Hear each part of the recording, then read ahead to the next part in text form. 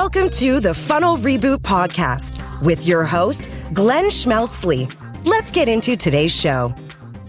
Hey, Glenn here. Welcome to Funnel Reboot. I hope that you are ready for a great show for analytically minded marketers. Let's get straight into it. Coming up with content isn't easy. Trust me. But there are smarter ways to do it. And if you wish there was a blueprint for how to architect all of your company's content so that it could produce maximum results, you've come to the right place today, because a super well-researched book has just come out, and it's from someone whose name is synonymous with content marketing. Our guest is a marketing leader who helps companies combine tech and digital media to produce great content marketing. Many Fortune 500 brands have sought him out for his guidance. And he himself says this was an improbable outcome. As a guy who moved from Texas to LA, who originally wanted to start a career in Hollywood as a screenwriter. But LA had its own plans for him, specifically moving him into senior marketing roles with SaaS companies, including a content management solution firm that made him their CMO. In 2010, he joined Joe Pulizzi, previous show guest, who had just founded the Content Marketing Institute, and he came on board as their chief strategy advisor.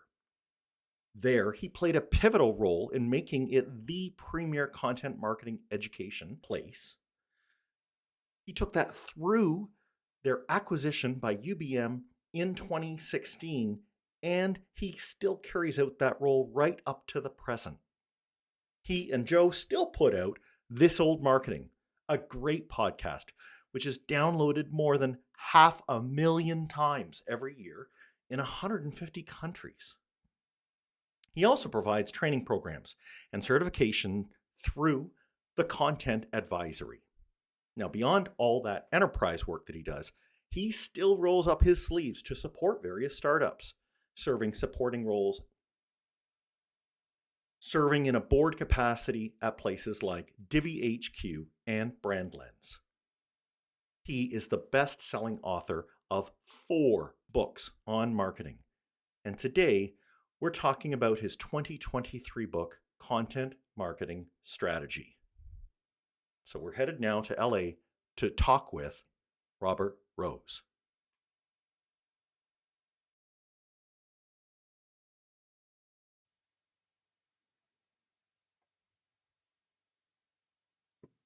My listeners, by the way, are folks that are, they have a bend toward the more quantitative side and more operations side of things. So we can, as I said in the latter half, get very concrete with them because that's the kind of meaty stuff that they appreciate. Oh, perfect. Love it. Yeah. Okay. So, all set? Already? Fantastic. I'll get us going in a second here.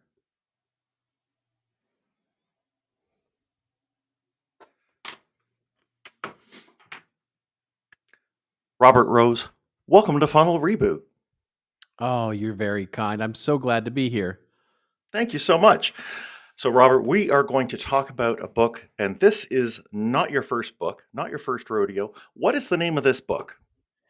Well, it's called Content Marketing Strategy. I wanted to be as on the nose as I possibly could. Fair enough. And you are no stranger to this subject matter. As a matter of fact, you're no stranger to books with the words content marketing in their title. Am I right? It's true. And if the next question is, does the world really need another book around content marketing? The answer is no. The answer is definitely no.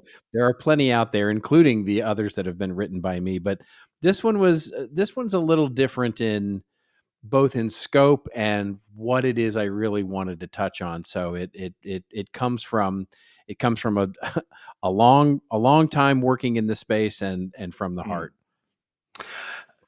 And that's evident. And I'm just going to speak to the listener for a second here.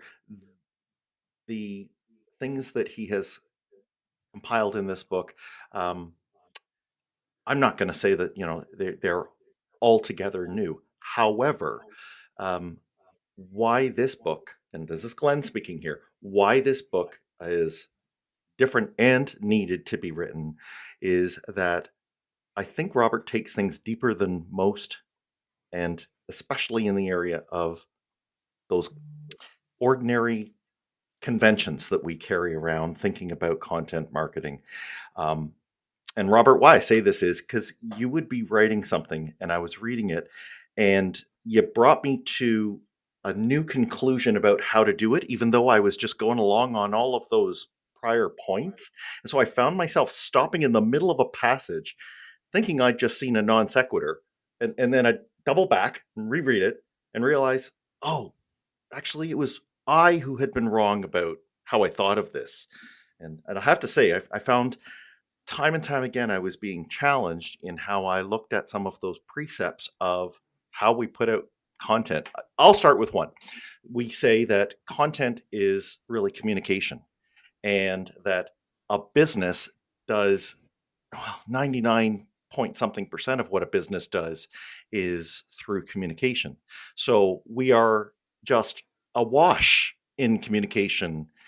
And yet we better not get confused about thinking that that's just content, right? Yeah, it's the interesting thing is, and it goes back to, and as you know, having read the book, I lean on the shoulders of giants here. And if you go back and look at Peter Drucker's Hmm. definition of a business, and he said, a business is a social group, but differs from every other social group in that its function or its purpose is to create a customer. And that's a nice definition, and it's a wonderfully big visionary kind of idea. But what it doesn't get at is, what does that social group do, right? What are the Hmm. what are the things that the social group does? And of course, there are create products, find a marketplace to sell those products and services in, look to develop ways to service that particular product or service, and so on and so forth. But the glue or the fuel or the fabric, if whatever metaphor you like, that connects all of that social group is the social part of it, is the communication part of it. And content is of course at its core there, everything, right? From everything that the business communicates out, from the way that it markets its products and services to the way that it services what it sells, the way that it communicates with itself, the way that it communicates with its partners, its distributors, and everything. And so we have to draw lines around that, because otherwise it would just be overwhelming in terms of, figuring out how do we put a structure around that. And as I say in the book, we need to do that too. Uh-huh. But the most important part of that is arguably, how are we communicating as a business to our customers? And ultimately, that can be drawn even further to say, how is it that we're creating communication to our customers in a way that creates value to them? And that's where you start drawing the lines around a content marketing strategy, right? So even just putting periods after each of those words. Right. It does. And you mentioned that, when you ask people what their content marketing strategy is, the most common answer you get back is content just shows up. Uh, and Right. I suppose, right? So that's a pretty haphazard strategy. I don't know if that's even a strategy at all. But the point is that, yeah, sure, we have communications happening all over the place, but that doesn't mean that, the practice of content marketing is just bundling it up and shipping it out. We have to put a little bit more into it than that. But I think what we're getting hung up on is, and you told a funny story, I think it was in a valedictorian address or a graduation speech, where someone was mentioning how people are not aware of everything that's around them, even if they're looking at it all the time. What was that vignette? Yeah, well, it's and it gets to that sort of overwhelming nature of it, right? Which is, and the graduation speech that you mentioned is actually David Foster Wallace, the Yeah. wonderful author, poet. And he was giving a graduation speech when he talked about the wonderful little story that he told, basically saying that there's two fish swimming along in the water one day, and they're swimming along just fine, and then they meet a third fish, crossing in the opposite direction, and one of the two fish says to the fish says, "How's the water today, boys?" And the two fish swim on for a little bit and sort of confused, and then finally one looks at the other and goes, "What the hell is water?" And it's this idea, and what he meant by the story was that we walk through our lives with so much, in quote unquote, in water, and we can't even really define what it is. And in business, content is water, right? We're in it every day. And so we're trying to make our way through it, but we really don't have any concept of what it is. And it's the first thing a CMO will say to me is like, okay, content strategy and content marketing strategy, what is content? What are you talking about here? And that's when we start into that discussion that I just mentioned, which is, well, it's everything, right? But of course it can't be everything, because obviously we don't have the wherewithal to put our arms around that at once. Doesn't mean we shouldn't try, but it basically says we need to put some level of definition to what it is we're actually trying to get our arms around and control and harness as a business to communicate in a consistent, valuable, cohesive way. And so it's this idea of how do you actually start putting structure and process and operation to the idea of cohesively communicating to your customers. And while we want to, do this in a proper way, we have to admit that we're not exactly sitting with time on our hands to do this. No, we have exactly. we have people like the CEO, telling the CMO, "You're late on this. You got to get going." We are measuring dollars that we hand to the marketing organization, and in fact, I already would have expected that you have some kind of an operation around the way that you're producing this content and how you're delivering value to the organization, because every other department looks at their contribution and we have ways to measure that for them. Uh, as well, you and Joe Polizzi, of course, over the last 15 years have been ringing the bell for content marketing.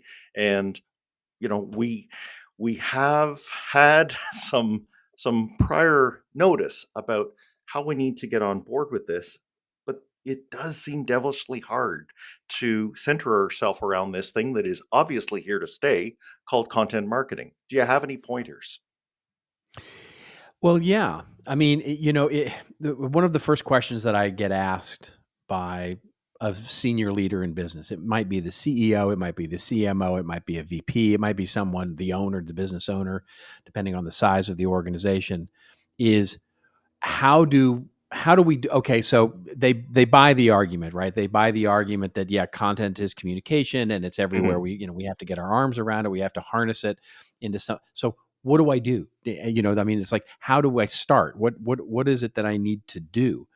And honestly, it sounds like a snarky answer at first, but the key, and this is actually something that the book gets to it at some degree, is the first thing you have to do is acknowledge that it's a thing and make it a thing. And what I mean by that is that you have to put somebody in charge of it. You have to put a team that's responsible for it. You have to, in other words, if it's ever going to be strategic, it has to be treated as such. It has to be, looked at as such. And that's a hard thing to do, because it's really hard to recognize that as a problem. In the book, I talk about this idea of it being what's called a wicked problem.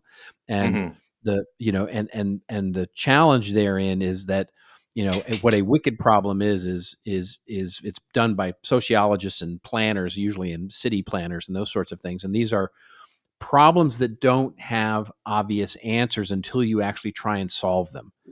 And the example I always use is my wife and I cooking, right? Mhm. We get about our kitchen just fine, and it's wonderful, and we cook all the time and blah, blah, blah. And we don't realize we have any issues. And then we have a friend over who comes and cooks with us one night, And she's like, she can't find the dishes. She can't find the silverware. The spices aren't where the spices are supposed to be. And she looks at us and says, this is awful. Your organization and how you do this is just not effective or efficient. And we're like, well, it totally works for us. And then she starts pointing things out and you're like, oh, right. Oh, right. Oh, right. And then you started in the new way and you realize how much better you can be if you fix this thing that you didn't even realize was a problem. That's content in modern business today, is that the CEO, the CMO often doesn't see it as a problem because honestly, they can't see it as a problem until you try and fix it. And so the first step is make it a thing. Give someone the charter and the responsibility to actually make it a strategic function in business, and you'll start finding better solutions. No doubt. I have to point out what you didn't say, because I'm sure a lot of people would have thought it would be, well, we better get busy on making more content. And Right. It has you nothing to do with the content. Yeah. no, we're not there yet. But you also say, Yeah. in talking with like some 300 different consulting engagements, that it's usually not that problem. Sometimes the content that they're already producing is fine, but they haven't found a way to make it function for their company in a way that the C-suite sees as contributing value. And let's remember the stuff that is happening inside of that company already is stuff that, frankly, a lot of it is just being ignored, and it only becomes it comes into high relief when you recognize the problem. I don't know why it came to my mind, but as I was reading that section, I thought of Apollo 13. And it was that part where they were saying, okay, we have to help these guys. They were moved to another part of the spacecraft that was, they were overburdening the CO2, and they needed to scrub that out, but the cartridges for doing that were in the other part of the spacecraft that no longer worked. So they had to make an immediate jerry-rig CO2 scrubber, but they're up in space. They don't exactly have a hardware store, just outside their port door. So the engineers are all handed this stuff and said, okay, got to make a CO2 scrubber only out of the things that are here, because that's all that they have there. And I thought that that's kind of what you were describing was, all right, let's figure out how to back our way into a process. We have been following a process, even if it's not a good one, but we've got to recognize it as such, because only after we do that can we acknowledge things like tacit knowledge and practices which are very non-intuitive or perhaps even wrong. It's only once we recognize those that we can realize, okay, we got to make a clean break, or we have to make these structural shifts. I love the analogy. I absolutely love the analogy because, to take it over to content marketing strategy for a moment, the equivalent would be, yes, we know that we need to make a CO2 scrubber, but we have no idea of what we have available, right? Yeah. We don't even know the parts that are available. It's not only that we've only got a certain number of parts available, but we don't even know what we have available because we have no standard or even way to understand what has been already created. And so you end up with this situation where you see this situation all the time in businesses where, for example, you have a marketing team and they're creating content. Sales is not using very much of it because they don't really like much of what the marketing team is producing. Marketing doesn't really realize that because they don't communicate very well and there's no real process there. They just sort of exist. Sales keeps asking for more of this and more of that, which is wrong because they don't really know what they want and they don't really know what they need.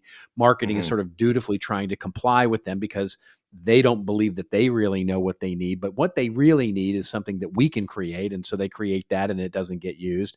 And then it all gets stuck into a file folder system somewhere on the, main server. And there's all these assets that are getting created. And when they meet at the water cooler, they go, "Hey, Joe, why didn't you use that thing that we did, that great case study?" And he's like, "I didn't even know it existed." And so there's basically no standard, no governance, no real process or operation involved when it comes to content.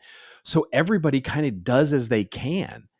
And that's when you get these rogue teams going off and creating their own microsites, and business development going off and creating their own presentations, and these guys going off and creating their own blog, and these guys going and creating off their own social media strategy, and all of these sort of dangly, arms out like an octopus of stuff happening. But it's not even like an octopus where it's connected to a center, because nobody even really knows the stuff that's going on. I have had many salespeople in organizations, and I ask them, how do you use content when you're talking with a prospect? And they say, I go to the website, and I don't even go to the website. I go to Google and search my website on Google, because I know if Google finds it on my website, it's an approved piece of content and I can use it. That's not a strategy. That's just insanity. Yeah. The other item that you shared was that sales will sometimes be loath to speak with a customer, even if that customer has received some excellent content from marketing, because let's say there wasn't a part of the strategy that shared it with sales before it went out. And so the salesperson is put on the spot with a question that they don't know the answer to. And now their options are, well, they go from bad to worse, right? Tell the customer that that's marketing, disregard it. Tell the customer that you don't know anything about it. I mean, it's just shades of It's crazy. blackness. It's crazy. It And happens all the time when a customer will call up and a salesperson will answer, or somebody else will answer in the business other than the marketing person who created the content.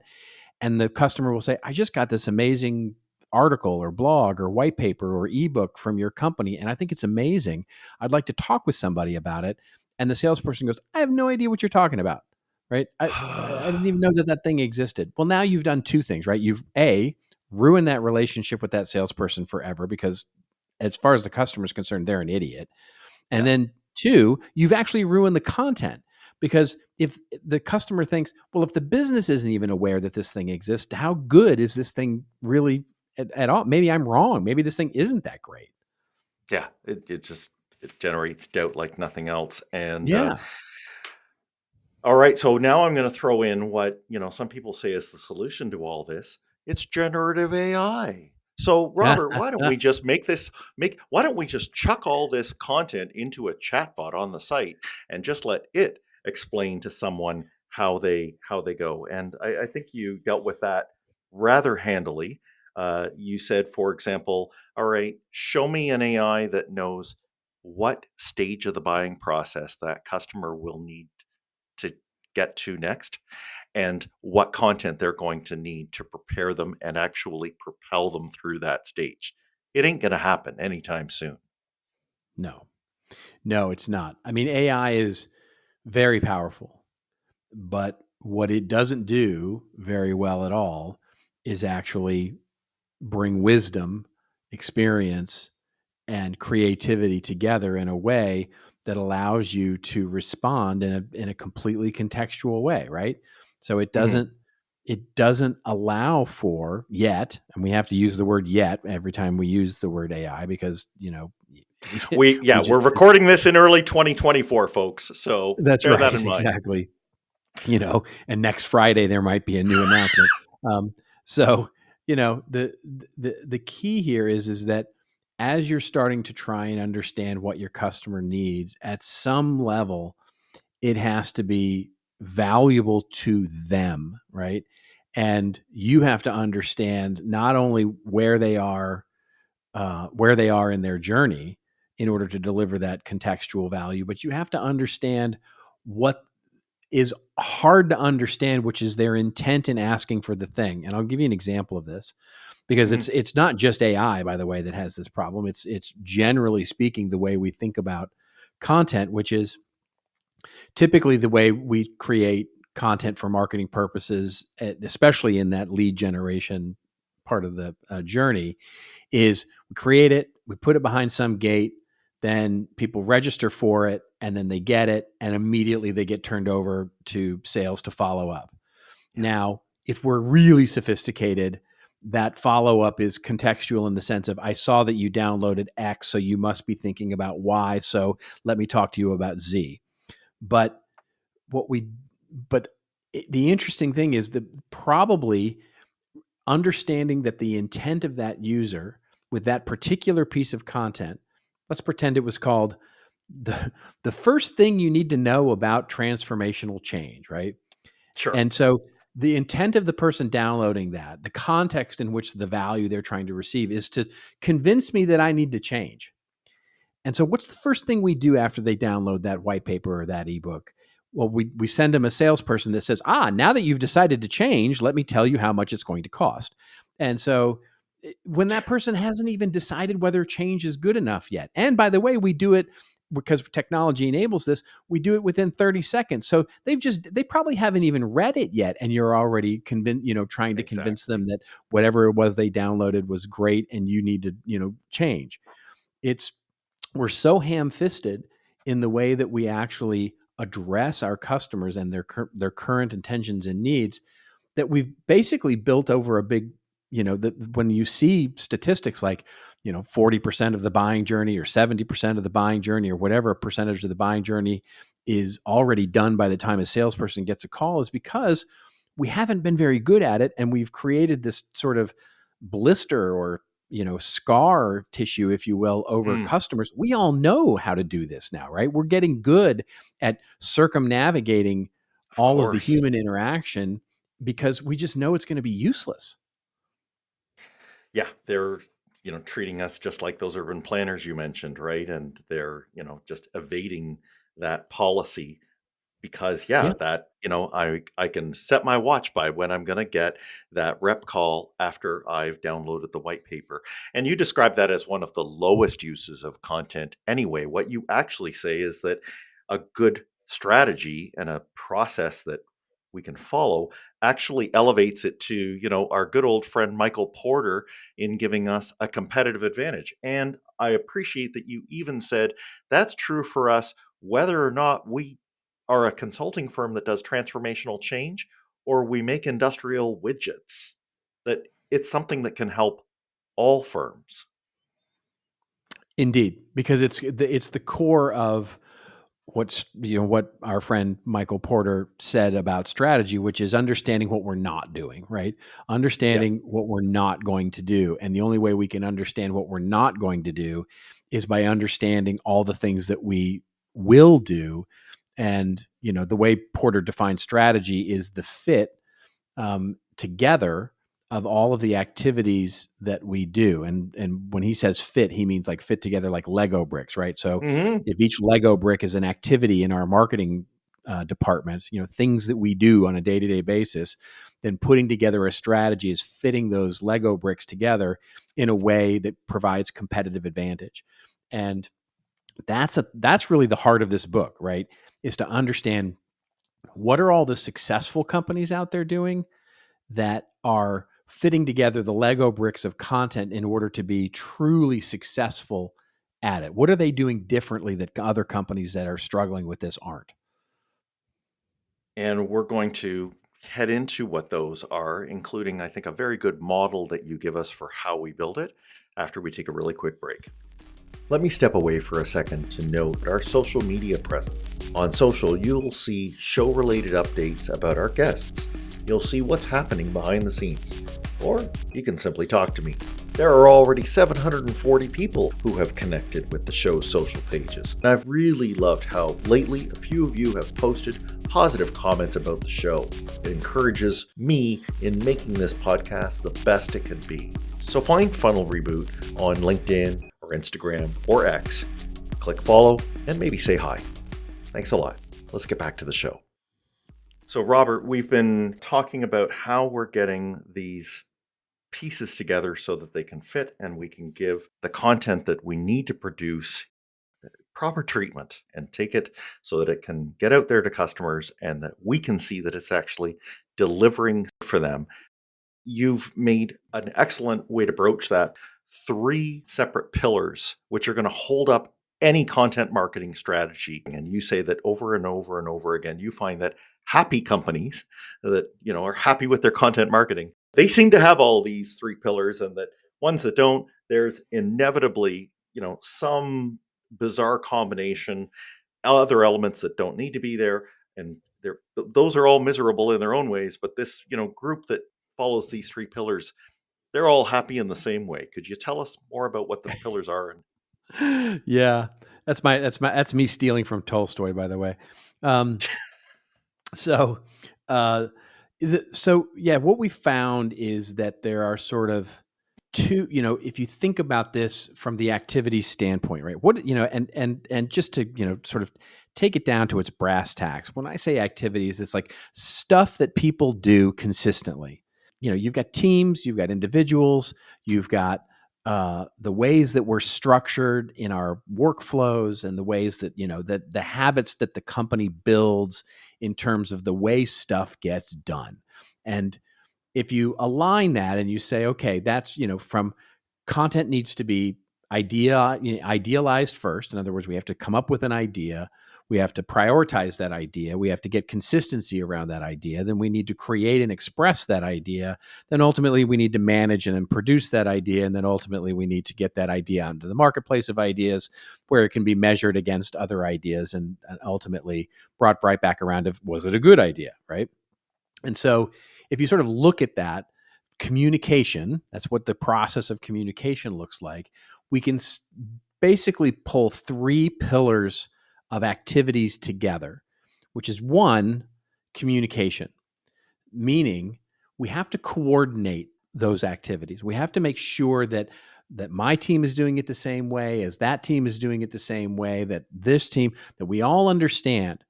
And I'll give you a very tactical example of that. One of the biggest ways you can move the needle early on in the coordination of communication is literally get straight about what the nomenclature of marketing is.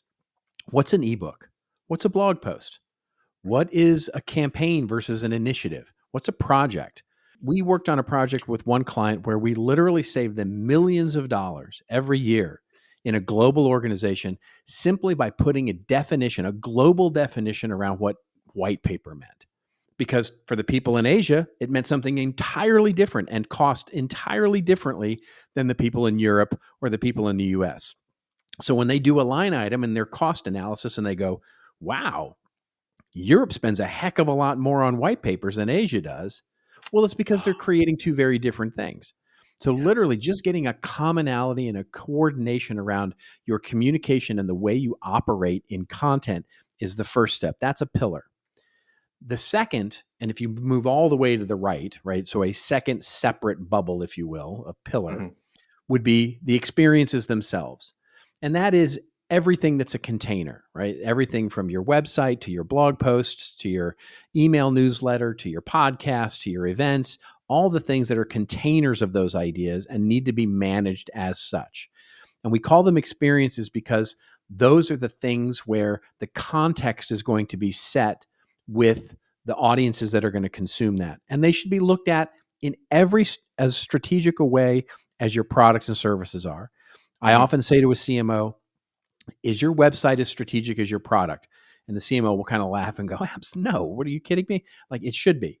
Because if you're arguing that your website or your email newsletter or your blog or your podcast isn't as important as any of your products and services, you're ostensibly arguing that they shouldn't exist.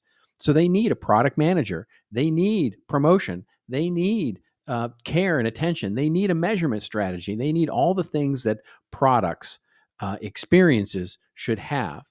And then the thing that bridges it, the sort of middle pillar, if you will, that sort of, provides the sort of ultimate Venn diagram, if you will, of straddling the two of coordinated communication and experiences, is operations. You've got to have people, and this goes back to our very top of the show when we said, put someone in charge of it, right? There needs to be an operational control that helps manage standards, guidelines, playbooks, operational ways of working that create standards across the business so that we know how to improve and we can measure that improvement. Yeah, and you've argued many times in the past that we need chief content officers, but whether it's in title or not, what you want is someone spearheading an initiative where they regularly meet with other stakeholders, looking at these three pillars and seeing how everything is done. Where that stands out so starkly for me is just how different it looks than the average marketing organization I look at.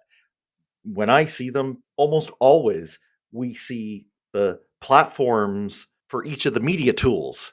as having their own little fiefdom in them.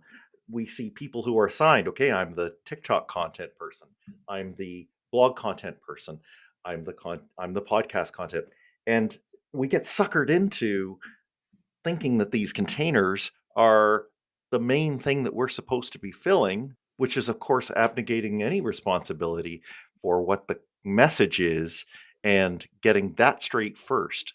But of course, that's going to happen if we don't have a person or a committee in charge who is looking carefully and even is willing to restructure the organization if that's what it's going to take for us to get the message out properly. Yeah. Look, this is not, as we talked about in the very beginning, it can be the amount of change here required can be overwhelming. And we never recommend, that's not entirely true, but for the most part, we never recommend sort of doing all of it at once. And the reason for that is because there's so much content that is created for various parts of the journey. As I say in the book, it's easier to count the people who don't create content than it is the people who do, right? I mean, everybody from PR to comms to customer service, account services, salespeople, marketing people, demand gen teams, web teams, C-level people, everybody's creating content at some level. One of our clients, said to us one time, anybody with a budget can publish to the website, right? And it's like, so everybody can, and so everybody does. The problem is that putting an organization around that, putting those three pillars around it, right? That, a coordination of it, an operational aspect to it, et cetera, can be a big change for many organizations. And so what we recommend is like picking your spots, right? Picking where the priorities are. Maybe it's just, top of the funnel content. Maybe it's literally just marketing content, or maybe it's literally just mid funnel sales enablement content, or maybe it's all of marketing, but none of customer service, et cetera. Pick your area to start to just make real, start to make it a process and with governance and workflow and a strategic thing. For most businesses, content is quite honestly an on-demand vending machine, right? If there's a content team, usually it's just marketing people, but if there's a content team, their job is to just respond to requests, right? I needed this. I need a blog post. I need an email. I need a white paper. I need a web page. We need a landing page. We need copy for this. Putting in a support ticket, right? Yeah, it's amazing. There are businesses out there right now that have SLAs, service level agreements for their content team on how fast they have to respond and how much they have to produce, which is just ridiculous at its face. That we have a service level and an SLA for content in our business. That to me, if you tell me you have an SLA for content, supplying content to the rest of the business, that tells me you do not have a strategy. You are simply measured by quantity of how much you're speaking, not with what you're saying. And so to get deliberate about that, to get strategic about that, you got to pick your place to change. And what we usually find is that it's net new ideas, net new processes, net new standards, net new guidelines, playbooks, et cetera, that make the biggest difference. Working people into that and then expand, taking that one small step and then expanding from there and then expanding from there and expanding from there. Even if it's literally just starting with, we're going to do a thought leadership blog and we're going to do it right. We're going to make it a process. We're going to make it as important as a product. We're going to really build in, like a media company would, our thought leadership experience. And then we'll move on to marketing content, and then we'll move on to PR content, and so on and so forth. The thing you said about how everyone is creating content and how that is something that can be harnessed by a strategy. It seems that we often think of that as being like a bug, especially if marketing is rather, territorial. They're thinking, oh my goodness, there's content going out when someone writes up a new documentation article on how to use their solution. No, look, that's a feature. That's not a bug. Let them do that. However, there are ways to pull this together. One thing I think we constantly have this pitfall of thinking about the container that it's going in. And I think the book did a good job of isolating how much volume a piece of content should naturally occupy and the size of the intended container. and that we get to choose which containers we put different content in. And when we confuse them, what we end up doing is stretching relatively little content across. And you say this yourself. You say you see far too many assets that are sitting out there. They're homogenized. They're all saying basically the same thing. They're not broken out into buying stages. They're not looking at it from a story perspective for the user. We need to reel back before we think about using this wonderful content that other people in the organization can use. We need to give a framework to this before we start letting more content enter the fray.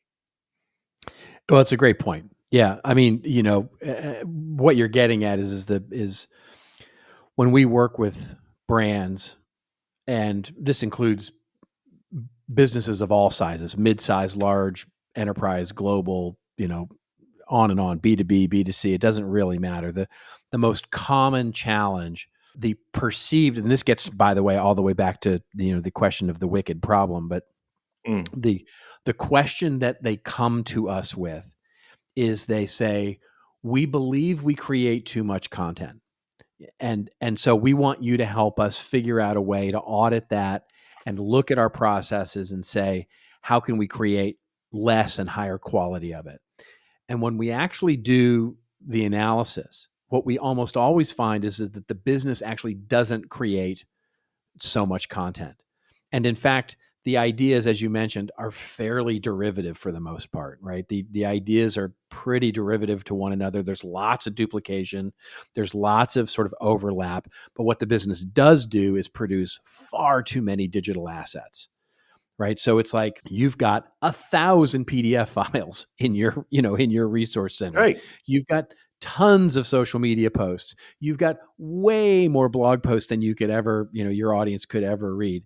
And the ideas are all siloed off to each other, but because you're coming at it from the same company perspective, they're all pretty much the same derivative idea. And it's just because there's this idea that when we think about content in business, we think, to your point, container first and then content. In other words, when that on-demand thing comes into our team, it's not, I need a great story on X, or I need a great, thought leadership on Y. It's, I need a blog post. I need a landing page. I need a white paper. I need an ebook. I need whatever the container is. And then the team, in as best a way it can, says, okay, well, now that we have this container, well, what content would go great in that container? And sometimes they have a good idea. Most of the time it's a derivative idea. And sometimes they have a horrible idea. And so they just try and fill it the best they can to supply the supply chain, as it were, of content across the widget machine, and just produce. And instead, where we see the really successful companies switching that entire process down, by the way, to the tactical point of, you said this, like you said, the trouble ticket. Literally, in most trouble ticket systems for this, the on the intranet or whatever, the drop down menu is, hey, what do you need? I need a white paper, I need an ebook, and you select what you need, and then you write your little creative brief or whatever's going to go, and boom, it goes off to the content of the creative team to do. Changing that, basically saying, what's the story? Who's the persona? What's the value that we're trying to get across, so that the content team can come up with the appropriate big idea, big story, big thing that we want to say, and then figure out all the different containers that it should be. Yes, that big idea should be a podcast plus a webinar plus a white paper plus 4 blog posts plus 13, different social posts promoting it. Build an ecosystem around your ideas. Treat it like a media company does, right? A media company, when they have a great, big, wonderful story, they go, how does this work as a novel? How does it work as a movie? How does it work as music? How does it work as a play? How does it work? And then they go about exploiting that ideas in every possible way they can. That's the difference. And it's that operation, that process, that enables doing that and getting out from behind sort of this production of digital assets being the job of marketing. I sure hope people were paying attention to what you said. That experiences pillar can be so well done and manifested in so many ways when you take that approach. You brought up Star Wars in there in the Right. book. And, to me, and you pointed out quite rightly that within even Star Wars, there are independent assets now. They might be called subplots, whatever you want, but there are so many different pieces within that that people can be returning to that universe. I mean, that's why they call it a universe so many times and seeing so many different facets of the overall story. They never grow tired of it. And this is where we're bringing through how our customer had a problem. We are absolutely maniacally devoted to solving that problem. And that's why we exist. And now we're telling that story. And I've thought that that was a wonderful way to make Well, I'm clear to glad. people, yeah, that the experience component has to be there, and that you're also allowing them in that to do what we all like doing in stories, which is following the line, following the character, following Luke Skywalker, getting to some destination. Let's not just try and give them that, as you said, that white paper that here's the 5 things you need to know and just give us your email. That doesn't give our customer anywhere to progress to. And it sure isn't going to feel visceral to them. It's not going to give them a way to be persuaded. Or I know you had a few different archetypes where you were saying you can, be brought into something through your belief or through your rational consideration. The way that, let's say, a poet or a professor might do to explain to you how you should come into this so that you convince yourself that this company's ideas are matching with what you need, and that's why you want to deal with them. Yeah, it's as simple as this because you get into business storytelling and the idea of delivery of value, and it gets pretty esoteric pretty quick. So, but Mhm, to mm. to break it into something truly operational and pragmatic at its simplest sense, it's this. And you said it very well. It's this intractable, difficult, horrible problem is what we're in business to solve. It usually is something that's bigger. It's a problem that's bigger than our product or service solves. It might not be. I Yeah, mean, it might literally yeah, be butter, right? But it's in some way, it's usually something it's a problem or a need or a want that we want to fulfill, and it goes beyond just something of our product and service. It goes to we want to help people be better at something, right? We want to help yeah, people live healthier or be smarter or do their job better or extend their capabilities with a tool or whatever it is. We want to do something that's bigger than our product. We have a point of view on the world. We believe things to be true about the world, and our product and service contributes to that truth. Finding that truth, or many of them, quite honestly, mm, many of those mm, truths, and then saying, great, now that we have this truth, what we believe, by the way, what the business believes about the world. What does the business believe about the world? Nike's a great example of this. They believe that everybody is an athlete, and if you have a body, you're an athlete. So how do they make athleticism the sort of truth of what they do? So that's their belief. They truly believe that about the world. And you say, great. Now, and this is the framework I provide in the book, is basically like, how would I tell that in an emotional story? Like if I was going to make a movie out of that, how would I make that as into an emotional story? If I was going to teach that, what would it look like from the professor's perspective? How would I teach that in a class or a workshop or education? How would I sell that as a promoter? Like if I'm selling that, not my product, but I'm selling that idea, how would I promote that? And what emotions does that, do I want to really center everything on? Hope, inspiration, entertainment, fear, uncertainty, doubt, whatever the emotion is, I want to center on that. I want to figure out how I would sell that idea, how I would tell it as an emotional story, and how I would teach it. That gives you an entire world, an entire fabric on which you can now create so many different pieces of content that all center in on that one idea that truly is valuable. Big idea that can be truly valuable and differentiating and create all that competitive advantage. And by the way, enable your content to scale. yeah. And we know how to do this. I do hope that there aren't middle managers out there that think that they can put this into a chat bot. This is the lived experience of people. It takes people to know how people struggle with achieving what they want. As you say, describing how the business exists for that very purpose. Got to run through to one last area that I didn't want to miss. It's that component about value. The C-suite is going to impose what they usually do on other parts of the org for trying to measure this. They're going to try and go with ROI. I know that, like me, you are not a fan of this kind of accounting, at least with the way that it's been running for the last 600 years, that plain old ROI equation.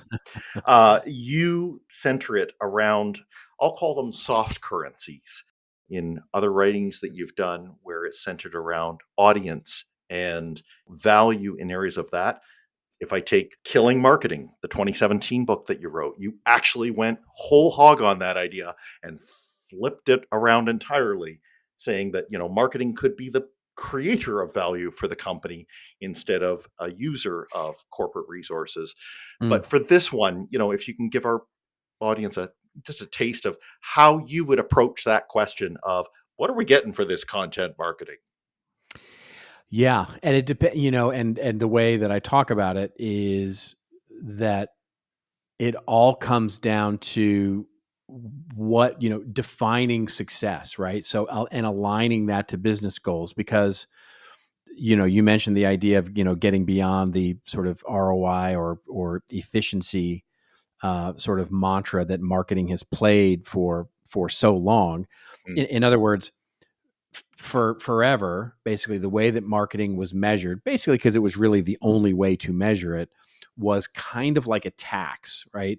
In other words, I need to do it. It's something I have to do, but I want to do it as efficiently as I possibly can against the value that I want to create. In other words, if I can do it cheaper, I'm going to do it cheaper. And that has been sort of the mantra of marketing, for the last 60 or 70 years. In other words, it's and the equation, of course, it's reach and frequency. I want to reach people and tell them my story, persuade them of my story. That's the value, my reach. How many people in my target market can I reach against frequency? The classic reach and frequency that we learned in university. So frequency represents cost. How many times do I have to reach that person in order to actually have them do the thing that I want them to do, which of course is, sign up, vote for me, donate, buy now, whatever that thing is. So that's the equation, is how efficient can that be? Well, we have to measure marketing differently than that. And there are many ways that it can be done against the two, and there are two major components of a business, going all the way back to our definition of business.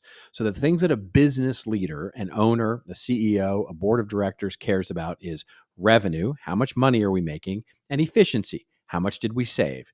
Marketing can deliver against both of those things. And it can deliver both of those things in indirect and direct ways. In other words, it can deliver indirect savings, indirect revenue, and direct revenue, which is what Killing Marketing was all about, and direct savings, which of course is basically everything that marketing usually. That's those other two, indirect revenue and indirect savings, where most people don't actually put their focus. So how, for example, and there's a great example of building an audience to acquire addressability to an audience can add wealth to the business indirectly. Well, Monster.com gives us a great example of this, right? So how does Monster.com make their money? Well, Monster.com makes their money from basically selling space to companies who want to put up job postings. Well, what do they need for that? What do they need in order for people to be convinced that they want to put more job postings up and spend more to put job postings up? Well, they need a great pool of candidates that are going to respond to those job listings. Fantastic. So one of their audiences who isn't their customer are candidates, are us, you and me, basically wanting to, use a service to basically look for job listings because they need them to be high quality people. So they launch a content program called their Career Advice Center, which is all about wonderful content about how to build your career and how to do LinkedIn and how to do your video interviews and basically making you a better job candidate. Well, normally they would have done that through just straight up advertising. They would have gone advertising for candidates and basically pulled those people in. And they spent about $3 million a year to do that, to pull in great candidates to keep their candidate pool viable. Well, through this Career Advice Center, they started optimizing for search and getting those candidates for free. And they're high quality candidates. Why? Because they're willing to go through some of the content and lessons that actually make them better candidates. So they're actually creating a better candidate pool by attracting more candidates. So it begins to have an impact, and people sign up, and they sign up for monster.com, and they start to realize that every subscriber that they get contributes to that. It did not cost them $3 million to launch this new platform. It cost them less than that. So they're already saving money, but they're actually creating a better level of candidate in the process. So they've actually done the math to say that every subscriber that they get is worth $62 to the business.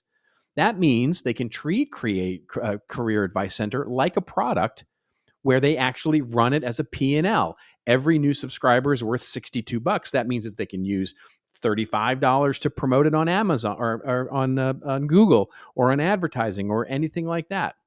That is looking at a strategic function of measurement and saying, what impact are we actually trying to have on an audience that we want to attract and persuade to do things, and providing indirect revenue, indirect savings, or in this case, direct revenue or direct savings. And so those are the kinds of things that we want to start to expand our knowledge, expand our capacity by building audiences and using content to build those relationships that can actually add wealth to the business. Yeah, it's a great example of the way that, of course, they built owned media and then basically freed themselves from the shackles of having to have working capital, paid media, as a lot of us call it, to get there. They had more than one option. They could, as you say, start to calculate the value of each one of those audience people and convince their higher ups that this audience has a non-zero value. One of the best ways I saw marketing contribution is we create content and we sell access to the people who consume that content. That basically, in a nice way, puts it right back upon the business owners saying, all right, so how many of them do you want? And what are you going to give us? And, I know that if I thought of it like it's a machine where I put in a penny and then I get out a nickel, if I'm a board member, I'm asking myself, how many pennies can I get my hands on? Yeah, exactly right. And that sort of sums it up very well, which is really just at the end of the day, what we're trying to do is operate more like a media company does, right? Because if you look at the way the media company monetizes an audience, they do it in multiple ways.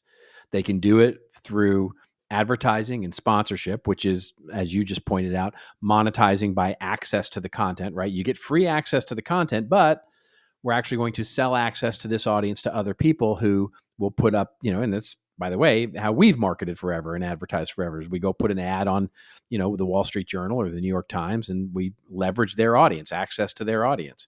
Well, you can do the same thing internally, is get information, get value from audiences by, creating internal quote unquote sponsorships. What insight can you get from that audience? But the same thing is you can monetize it by making content access expensive. That I'm not against gating content, for example. I'm not against an exchange of first party data information to get access to a subscription for your newsletter or for your thing. What I'm suggesting is that if you look at it in a value proposition way and as a product or as a service that you would put it into the marketplace and monetize that way, well, what you're saying is this newsletter or this podcast or this, thought leadership access to this resource center is so valuable that we're going to ask you to become a subscriber to it. We're going to ask you for data to it, and it's going to give you so much value here that we're going to get value from the impact that it has on you. And instead of literally just a way to scrape more data from customers, because that doesn't create any value at all on either side. I just find it so liberating for marketers to affirm the fact that what they do, the value of that can be portrayed in many, many ways. And I'll mention one that you didn't, but that is in the book about how there are even marketing departments who now find themselves owners of publications, vertical trade publications that include advertisements for their own competitors on those very vehicles. But it is because they are so wedded to the idea of giving their customer the answer that they need at the point of time that they need it. Just has such a respectful way of dealing with our audience, looking at them almost in the way that I remember thinking after I read Permission Marketing back in the 90s. Just, oh, I have to actually treat them nice. But if I show them that I'm bolted on to what they want, they're going to treat me nicely in turn. And I find this book has so many ways where we can just apply those principles and do it in a structure that keeps us from pulling our hair out. So thank you so much for putting it together and for tying together. I understand there were courses that you had taught and, something like 7 years of different thinking that you had put into this book. And Robert, if people want to find out how to get the book or more about what you do, where can they go? Oh, that's very kind of you to ask that. For the book, I would just point you to, your favorite bookstore. Search for Content Marketing Strategy by Robert Rose, and you'll find it. But if you want a central place, I've got a website for the book, which also includes, by the way, access to the frameworks and templates and stuff like that I mentioned in the book. So there's some extra content there, and that's contentmarketingstrategy.com. And then, of course, if anybody's interested in chatting about consulting or anything like that, there's the consulting that we do, and that's at contentadvisory.net. And they can also find you on many podcasts, including one that you do with Joe Polizzi. That's right. P&R, This Old Marketing. P&R's This Old Marketing. Yep, that's right. We've been doing it now almost 11 years, if you can believe that. Congratulations on that. Thank you again for coming on the show. My pleasure. Thanks for listening. Follow the show on Twitter at Funnel Reboot. If you like what you have heard today, please consider leaving a review wherever you get your podcasts.